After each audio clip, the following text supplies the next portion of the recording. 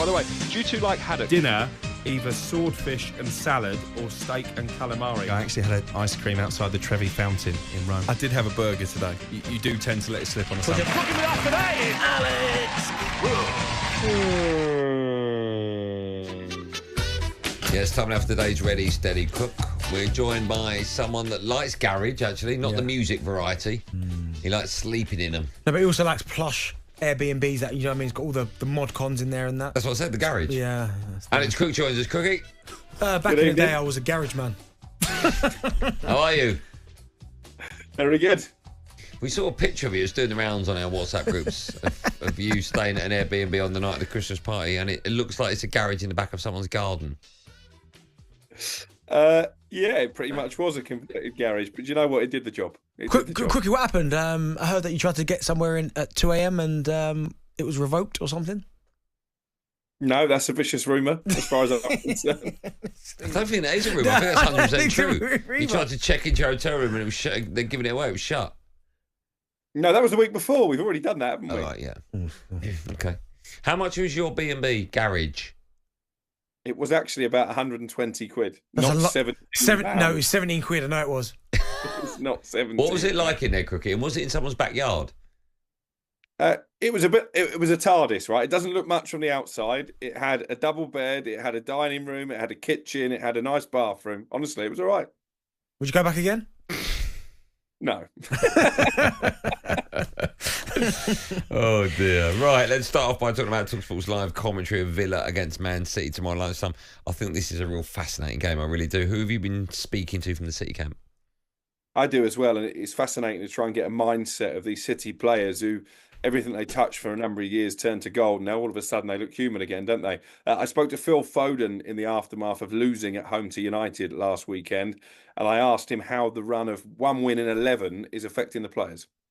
Obviously the confidence is going to be a little bit down, but when I look across the change room, you know, we have great characters, great leaders who always want to bounce back, and whatever happens in the past, put it behind them. So yeah, like I'm sure we can stick together through this hard time and make it right. And I won't say it's nice, but you know, some players haven't dealt with a situation before, so you know, it's good to go through it and try and learn from it. So yeah, it's about just learning from our mistakes and just trying to make them right.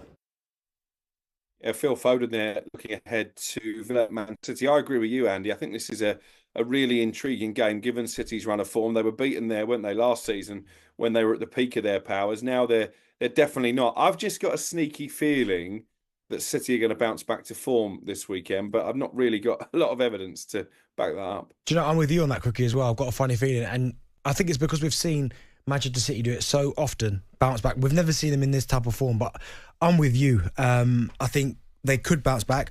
I'm more interested, not interested, I'd say, but I'm really intrigued to see what Unai Emery is going to do, because he's got that situation at the top end of the pitch, which I'm finding fascinating right now, Cookie, with John Duran scoring in his last 3 starts, Ollie Watkins not playing as well. I mean, I know we talk about Manchester City, but what can you see happening there, Cookie? Do you think Duran starts again? I'm not sure, because I think if you look at the derby last weekend, what United did well in the second half was they pressed high up the pitch and they forced errors from the City defence. So he's obviously not scoring as regularly as he was last season, but I think Watkins maybe is a better presser than Duran. Yeah, agreed. Come into the thinking. Yeah, potentially. Listen, let's move on. Before we do, what will the score be? Villa against Man City. It's live and exclusive on talkSPORT tomorrow lunchtime at 12:30. Darren Bent, I'll start with you on that one. I'm going to go for a 2-2 draw. Okay, Desmond Douglas. What are you going for, Cookie? I'm going to go 2-1 City. Okay, I think it's going to be a home win, so one of us will be right. Right, let's move on. That's how we should all bet. Right, let's move on to the mighty Manchester United, who host Bournemouth. Proper game of football, that one, on Sunday. Crookie, what have you got for us, or who have you got for us? Well, they were mighty last weekend, not so mighty last night, but I did speak to Bruno Fernandes after that Manchester derby, and I asked him about the form of his teammate, Amad Diallo. If he wants more and more, he's going to be really good. As you saw it today, he's a player that is eager to score, eager to press. You know, he has his moments, big moments, and today was a big, massive moment for him. You know, doing what he did in a derby, being so involved in the goals. It's massive. Yeah, there you go. Bruno Fernandes speaking about Amad Diallo, probably United's best player this season. Actually, no, probably about it. Mazraoui, I think, head and shoulders above the rest. How good is he, Benty? Amad Diallo, would you take him at Arsenal? Yeah, I think he's brilliant. And do you know what? Squad player. No, but I think we wouldn't start on the right-hand side of a Saka, would he? Oh, you wouldn't leave him on the bench? Probably, but no, you wouldn't. I play the wing back. But no, do you know what? For Diallo, Crookie, I just think he's been a breath of fresh air. To me, he's somebody that epitomises someone who wants to get in the team.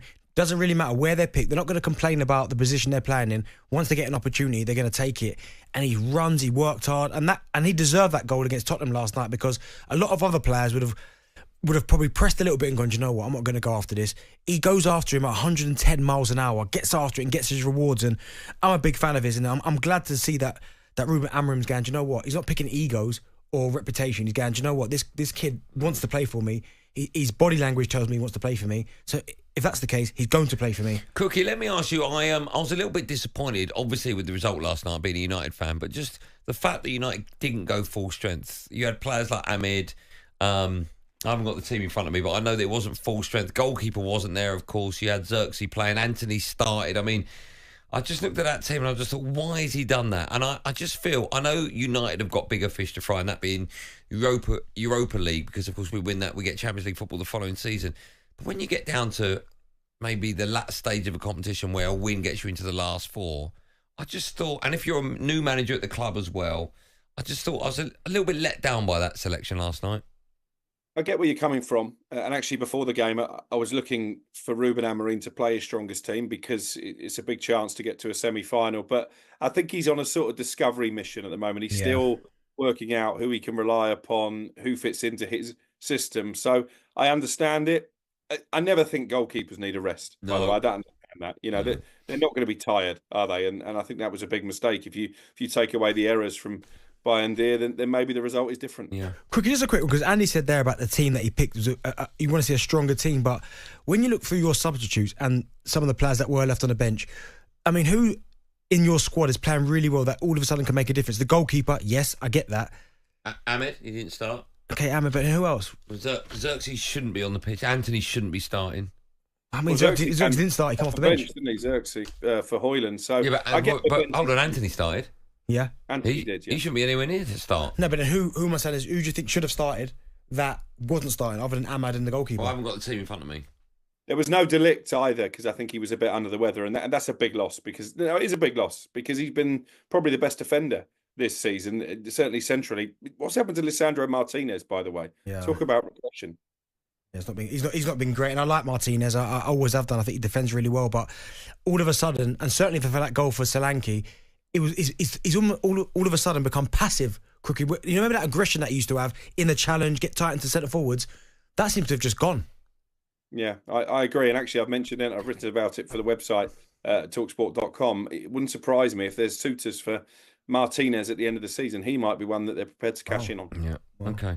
Ericsson, I've got the team in front of me. Ericsson, I don't think is any good anymore. He shouldn't be starting. Anthony shouldn't be starting. This wasn't good enough. It wasn't good enough. And I agree with what you're saying, Cookie. The problem he's got now, the manager, is that all these games are effectively pre-season friendlies for him. He's playing pre-season during the game, so he's tough. But anyway, what will the score be? Man United against Bournemouth Sunday at 2 p.m. Benty?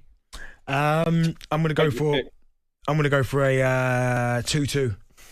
Desmond Douglas. Cookie, pay no attention. Has anyone got a tombola machine? 5-4 to United. Honestly, it could be anything. Could be anything.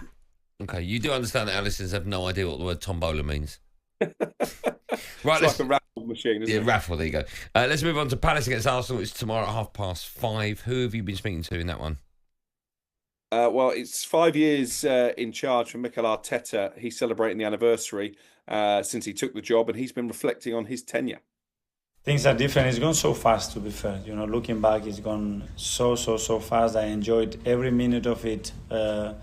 When we're bumps in the road, when we have good moments, and that's about it, And I'm here because I'm so passionate about what I do, because I love this football club, and I want the best of that. So just try to give your best version every single day, and think what is the best possible manager for Arsenal Football Club and its players, and try to become that manager. Arteta reflecting on 5 years as Arsenal manager. Not many Premier League gaffers get to that milestone, do they? He's won fewer trophies than Erik ten Hag. He's been in the same number of cup finals as Eddie Howe. How do we reflect on his 5 years? Well, he's won 3 trophies as well. Let's not forget that. I would reflect on it. Probably legendary is probably the word that I would. Legendary. Yeah. No, I do think he's getting to the point. Listen, I like Arteta. I think he has taken Arsenal as a football club forward. I think he's done a lot of good things. I would like to have seen maybe a couple more trophies come through the door. Of course, all football fans do. But it just depends what happens in this season now, because it is getting to the point where you're thinking, all right, 5 years, a lot of money spent. I need something major for it. Now, if he wins FA Cup and League Cup this season, I'm like, okay, yep. But I would like to see at some point Premier League, especially if Chelsea get closer than you will this season. Yeah, that's really disappointing. That. Yeah. How do you see it, Crookie? What, his tenure or this weekend? Both. Listen, I think they've become relevant again. That was the phrase that we used when I was on with Sam Matterface this morning. You look at where they were when he took over; they were a bit of a laughing stock, really, weren't they? In the post-Wenger era, they finished runners-up the last 2 seasons. But I do think we're getting to the stage where he needs to start putting trophies in the cabinet. I think that's why he's targeting the League Cup this season. I think just to get something, tangible and with fans, because obviously he won the FA Cup, but it was. During the COVID season, it was behind closed doors. So I think it'd be nice for him and nice for Arsenal fans to be able to celebrate together. Do you know as well, Cookie? Sorry to interrupt there as well. I think it's important because if you look at when he did win the FA Cup, maybe that bought him a little bit more time. Because remember, the 2 seasons after that weren't good. But because he'd won that so early, it almost gave him a little bit of extra time. So if he could do that with the League Cup this season, people might go, okay, it's not where Arsenal want to get to, but at least there is a sign of them winning something. Yeah, and they're going well in the Champions League, in fairness. They seem to have improved the away form. So lots to play for. In terms of this weekend, I'm going to go for another draw. They've drawn 6 games this season, Arsenal. I think it'll be 1-1. Okay. Cookie, listen, thanks for coming on. We can see you on YouTube now. I know you spent all that money on an office, which was effectively a tax dodge. But where are you now? Why are you not in that office? I've been booted out because the kids are downstairs. They're very hyper. 4 days till Christmas. They're watching a film. They're jumping over each other. So I come upstairs for a bit of peace. Well, are they in your office? Basically, yeah. They've taken it over. Right. So it's just a kids' playroom that you've put down on papers in an office so you can claim money back. I get it. We've all done that. Cookie, listen, thanks for coming on. Have a great... We probably won't speak to you before Christmas. Have a wonderful Christmas to you and the Crooks. And, we'll speak to you in the new year. Yeah, look forward to it. You too. Have a good one, Cookie. talkSPORT Drive with Andy Goldstein. Monday to Friday afternoon from 4 on AM, on DAB, via the talkSPORT app and on your smart speaker. talkSPORT.